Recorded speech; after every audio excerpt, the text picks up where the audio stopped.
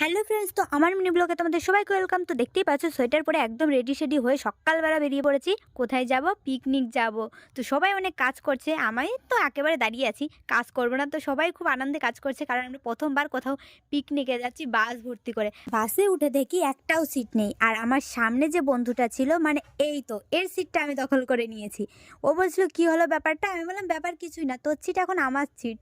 আমি বসেছিলাম বাসের মাঝখানের সিটে, আর আমার বান্ধবী বসেছিল সামনের দিকে। তো আমার মজা করা দেখে ওরা ওখান থেকে উঠে চলে আসে, আর আমরা সবাই একসঙ্গে মজা করতে করতে যাচ্ছি। আর আমরা তো প্রচুর নাচ করেছি, আর নাচ করতে করতেই তো আমরা ওখানে পৌঁছে গেলাম। তো খুবই খুবই এনজয় করেছি, আমি সেটা বলে বোঝাতে পারবো না, কারণ প্রথমবার যেহেতু যাচ্ছি এর জন্য এনজয়টা একটু বেশিই ভালো ছিল। দেখতে দেখতে আমরা তো চলেও এসেছি বেথুয়া ডহরি, কারণ আমরা এখানেই পিকনিকে এসেছি। তো আমাদের চুল টুল দেখে তোমরা বুঝতে পেরেছো আমরা কতটা এনজয় করেছি, কতটা নাচানাচি করেছি। আমরা সবাই একটু সাজুগুজু করে বাস থেকে নেমে পড়লাম। তো ভিডিওটা এই পর্যন্ত, সবাই ভালো থেকো, আর ভিডিওর পরের পার্ট আসছে। Bye bye.